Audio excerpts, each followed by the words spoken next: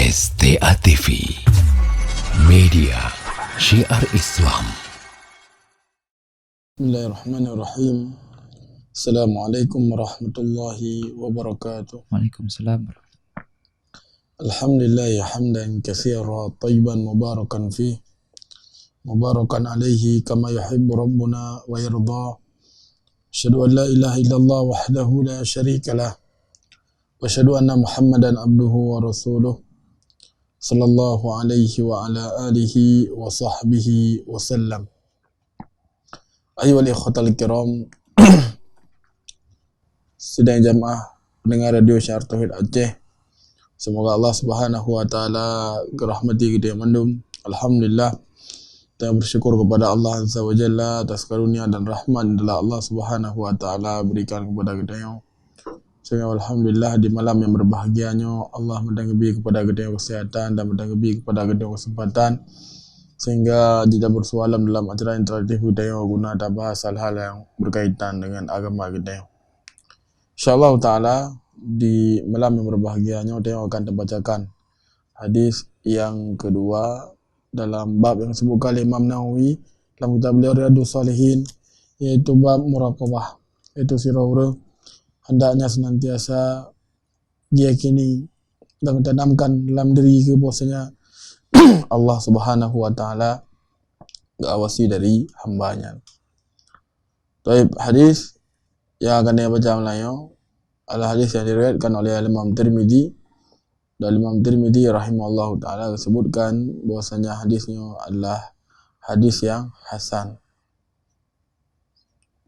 An Abi Dzar Jundub bin Junadah wa Abi Abdurrahman bin Jabal radhiyallahu anhuma.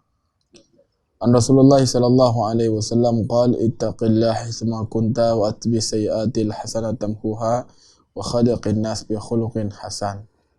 Dari Abu Dzar Jundub bin Junadah dan Abu Abdurrahman Mu'ad bin Jabal, semoga Allah Azza wa Jalla merahmati orang yang berdua. Dari Rasulullah sallallahu alaihi wasallam, beliau mengatakan, bertakwalah kalian kepada Allah Subhanahu wa taala dimanapun kalian berada, dan hendaknya kalian mengikuti kejelekan dan kebaikan, karena kebaikan akan menghapus dari kejelekan. Dan berkawalah dengan manusia dengan akhlak yang baik. Tapi hadis yang kita sebutkan saya, nah ini pada bawah pelajaran atau karena ini pada bawah faedah yang jadi petik. Yang pertama yaitu mengenal rawi hadis Abi Dzar dan Mu'ad bin Jabal radhiyallahu an. Yang pertama tambah sedikit berkaitan dengan biografi yang beriwayatkan hadisnya, yaitu Abu Dzar. Abu Dzar radhiyallahu ta'ala, beliau bernama Jundub bin Junadah. Sering dia dengar dan lebih masyhur dengan dia Abu Dzar. Beliau berasal daripada Ghifar. Ghifar adalah wilayah yang terletak antara Mekah dan Madinah. Jadi Abu Dzar radhiyallahu an ketika beliau mendengar bahwasanya di seorang di Mekah yang mengaku sebagai Rasul, maka Abu Dzar radhiyallahu an ingin untuk cek tentang urungnya. Ini bawa dia ngekirimlah daripada saudaranya, kemudian kepegah saudara lu nak cinijak juga nak kalian kiban kondisi orang yang mengaku sebagai Rasulnya, yaitu Nabi Muhammad sallallahu alaihi wasallam. Dan bawa dia terulah saudaranya, ya kalian daripada keadaan Nabi alaihi salatu wasallam, kemudian kembali menempah doangan Abu Dzar, kemudian kepegah Abu Dzar, wahai Abu Dzar, orang yang roni udayangnya, yaitu Rasulullah sallallahu alaihi wasallam memiliki nyonya disebutkan daripada kebaikan dan keutamaan yang dimiliki oleh Nabi alaihi salatu wasallam. Maka Abu Dzar radhiyallahu an hanya puas dengan jawabannya, sehingga berangkat kerja kena Mekah ni bawa dia dalam keadaan enggak cari informasi tentang Nabi sallallahu alaihi wasallam. Ni bawa dia teruk yang Masjidil Haram, kemudian gejib Zamzam, dan Kekalan li Ali bin Abi Thalib radhiyallahu an. Jadi Ali bin Abi Thalib radhiyallahu an, beliau bertepu bahawa saja Abu Dhar ni adalah orang asing atau tamu. Tinggal gecok gepu lah bak rumah Ali. Kemudian keesokan harinya Abu Dhar radhiyallahu an enggak kalah daripada informasi, enggak ada kalah daripada orang dah dengar daripada informasi, dah hana menumpak tentang Rasulullah sallallahu alaihi wasallam. Maka kekalan lam li Ali, kemudian gepu alam bak rumah gian. Kemudian kedayang lah bak Ali radhiyallahu an tentang sebuah perkara itu tentang diri Nabi sallallahu alaihi wasallam. Di awal je Abu Dhar hanya ingin sampaikan kepada Ali. Dan ketika Ali radhiyallahu an gedayang li Abu Dhar, gedayang li Ali, maka Abu Dhar pun ngejawab. Maka pahran ketika ngejawab bahawa saja li Abu Dhar lon inginlah menumpak daripada orang yang mengaku sebagai Rasul. Maka Ali bin Abi Thalib radhiyallahu an kemudian ngejawab Abu Dhar, kemudian kami bak Nabi alaihi salatu wasalam. Dan Abu Dhar radhiyallahu an kemudian menyatakan dari keislamannya. Di dalam Islam dia rahasiakan dari Nabi dan giwo dia tempat kan. Namun Abu Dhar radhiyallahu an hana gua bahkan yang gejak yang menempuh daripada orang-orang musyrik, kemudian dia nyatakan bahawa saja lun beriman bahawa tidak ada ilah yang berhak diberi kecuali Allah dan Muhammad adalah Rasulullah. Maka kaum musyrikin yang ana ni bawa dia yang samping masjid dipoh Abu Dhar.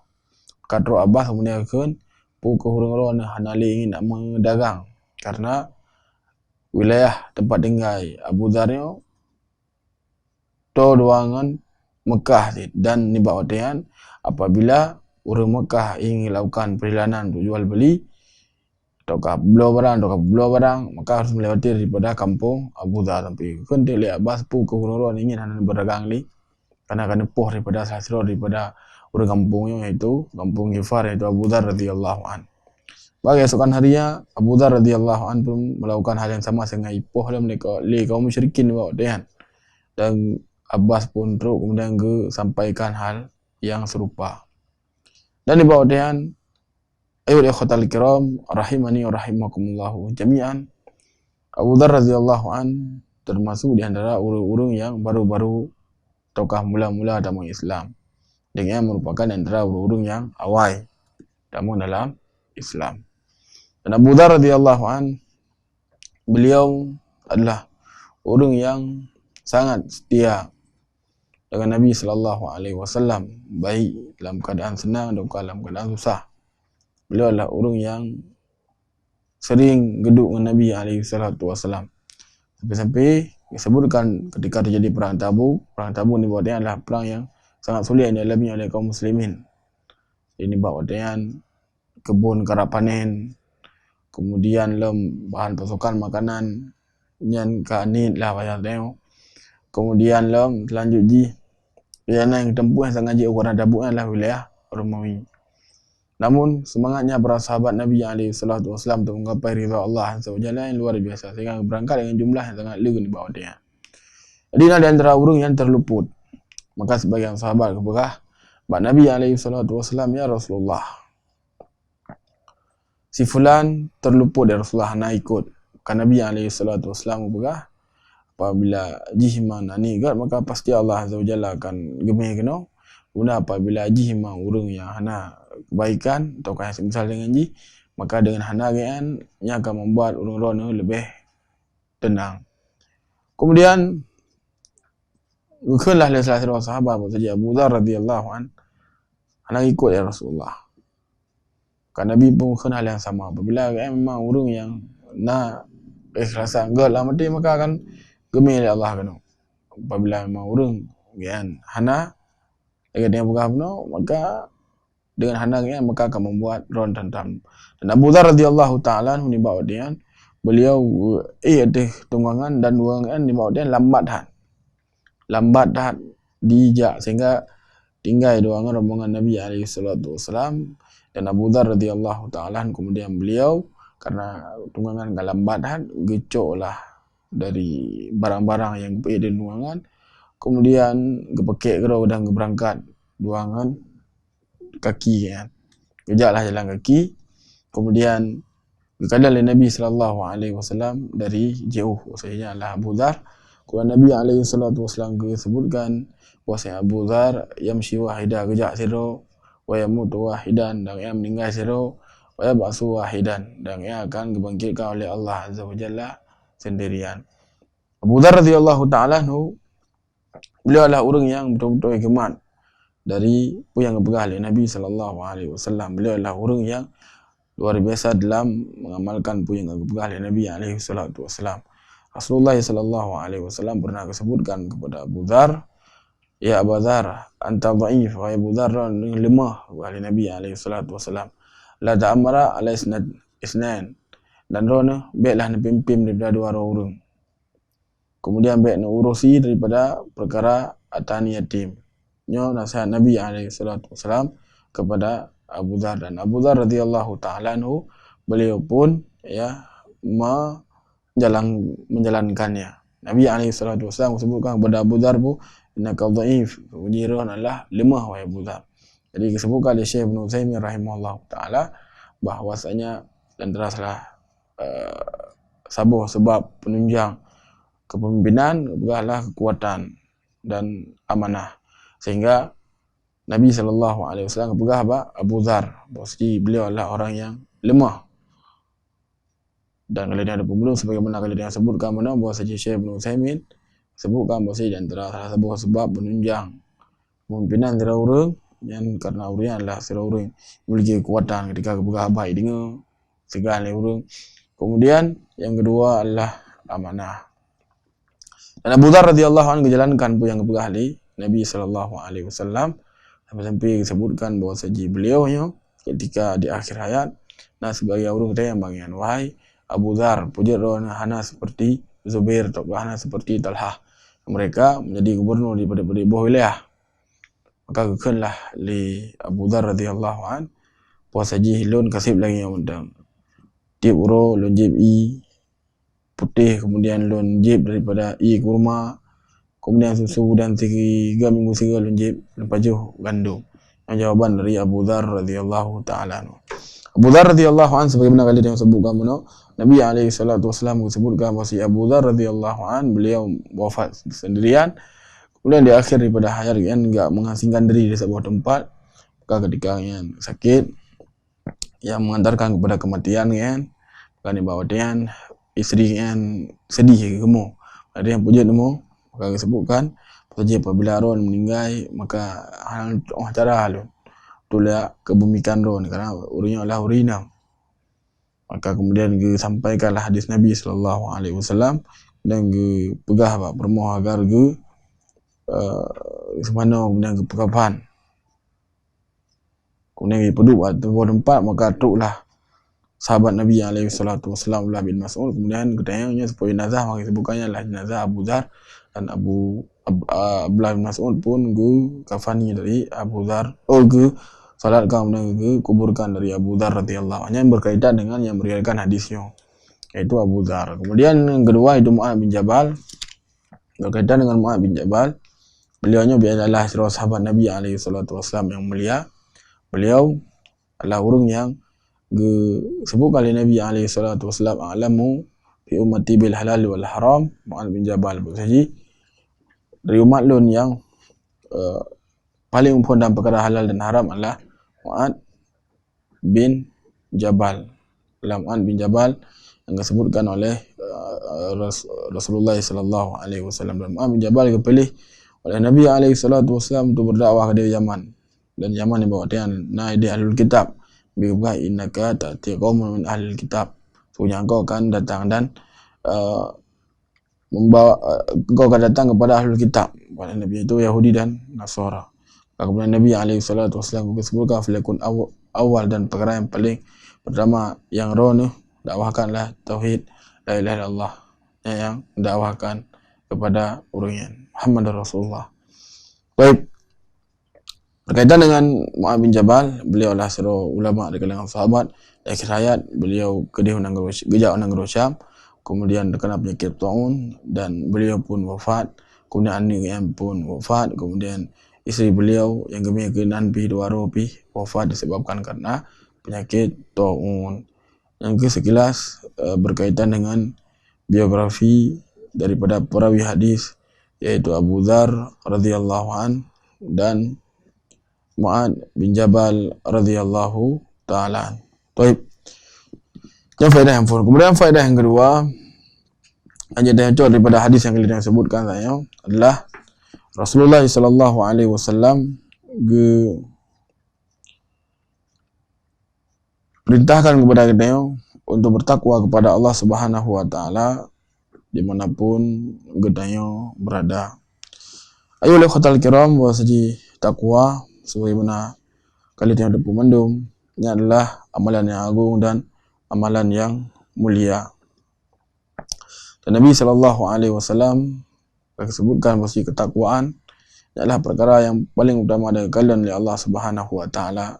Pak Zirah hamba Nabi menyebutkan innallaha la yanzuru ila ajsamikum wala ila amwalikum walakin yanzuru ila qulubikum wa amalikum.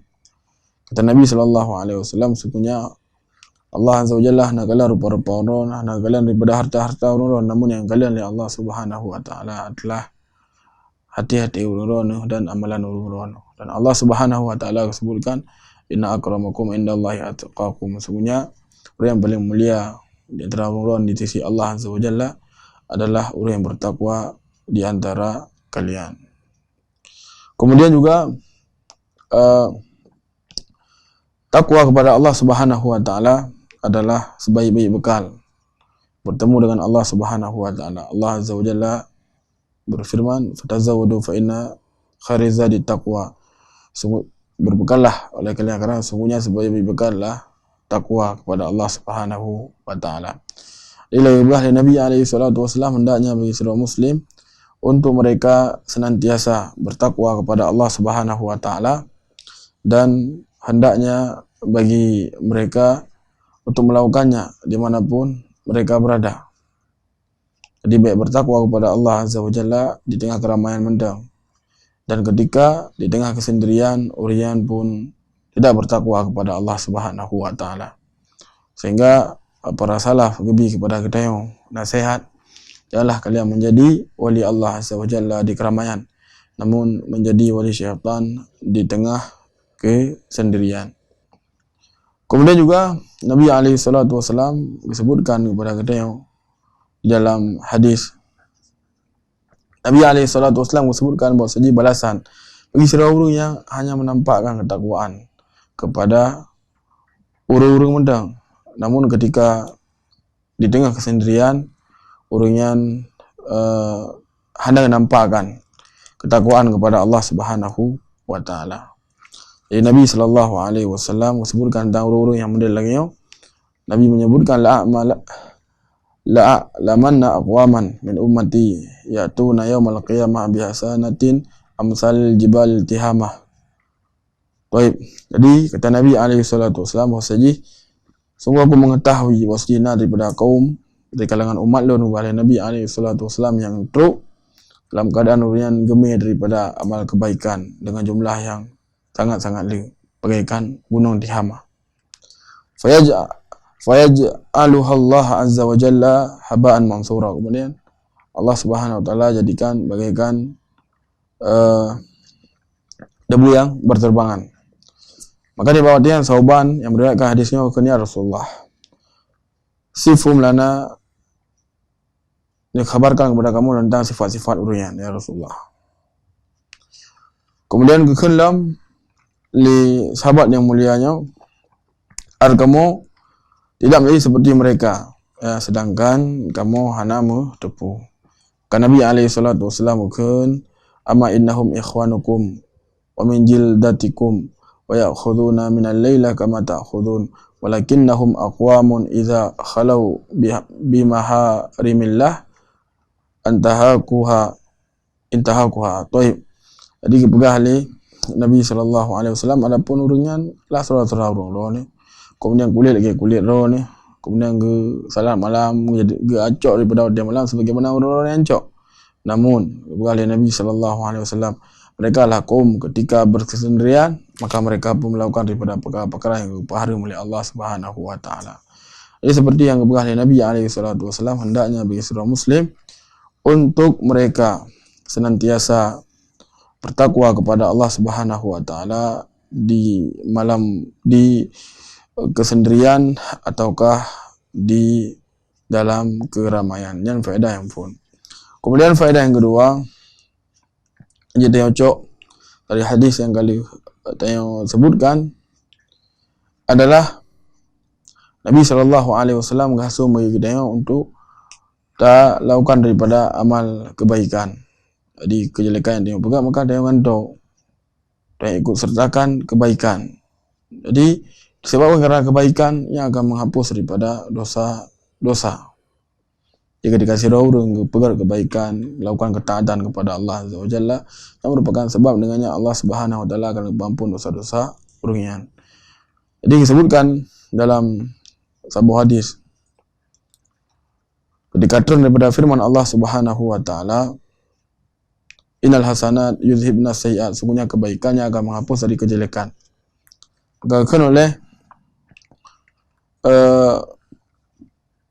sahabat Nabi SAW melihat ketika kejap Nabi SAW dia berkata, ya Rasulullah, takhaltu haitan fawajadtu mar'ah fa'altu fiha ma fa'ala rajul ma ahli illa anni lam ujamiha. Ya Rasulullah, wasaji lun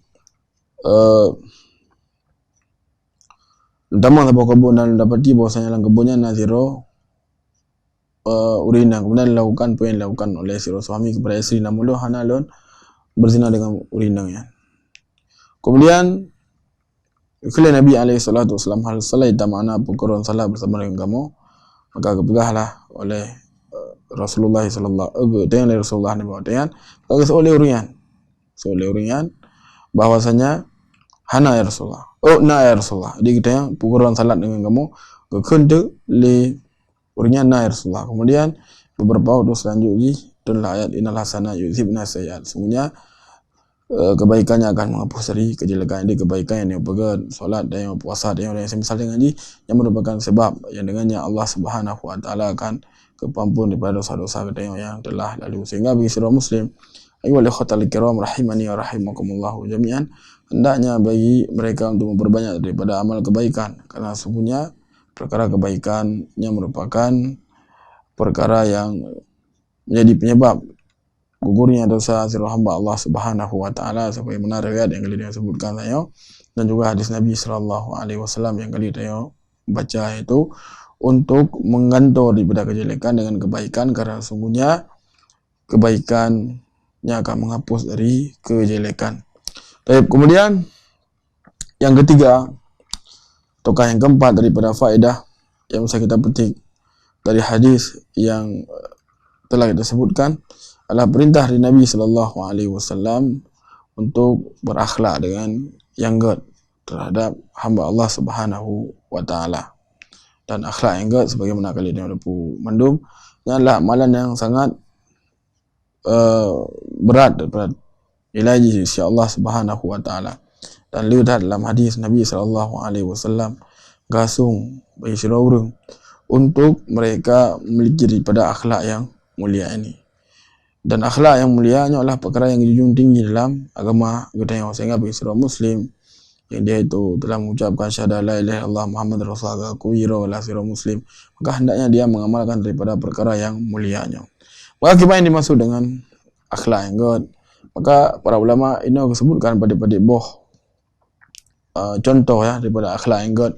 Ketika definisikan daripada akhlak yang baik, maka dikenlah oleh Hasan Al-Basri bahwasanya husnul khuluq al-karam wal badlah wal ihtimal. Jadi kepada Hasan Al-Basri bahwasanya yang dimaksud daripada akhlak yang baik adalah sira urang yang pun ramah baiklah kepada manusia.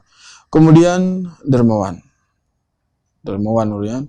Kemudian yang ketiga, orang yang bisa menahan amarah.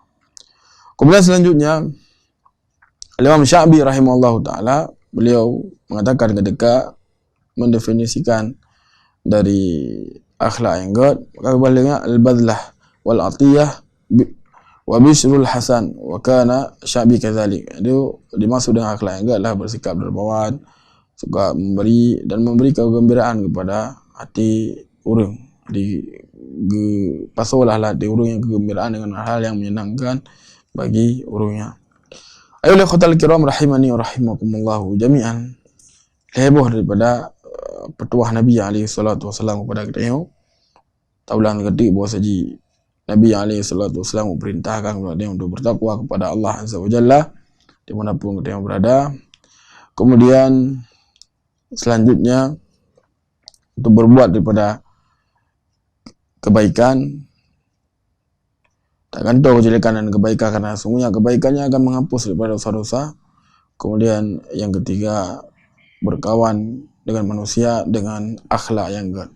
Semoga Allah Subhanahu wa taala mudah bagi kita untuk amalkan dari petuah Nabi SAW, dan semoga Allah Subhanahu wa taala jadikan kita di dalam golongan urung-urung yang jauh, urung-urung yang good, urung-urung yang mengamalkan daripada apa yang dipegang oleh Nabi sallallahu alaihi wasallam. Baik, mungkin ini yang jalan Tuhan sampaikan di malam yang berbahagianya.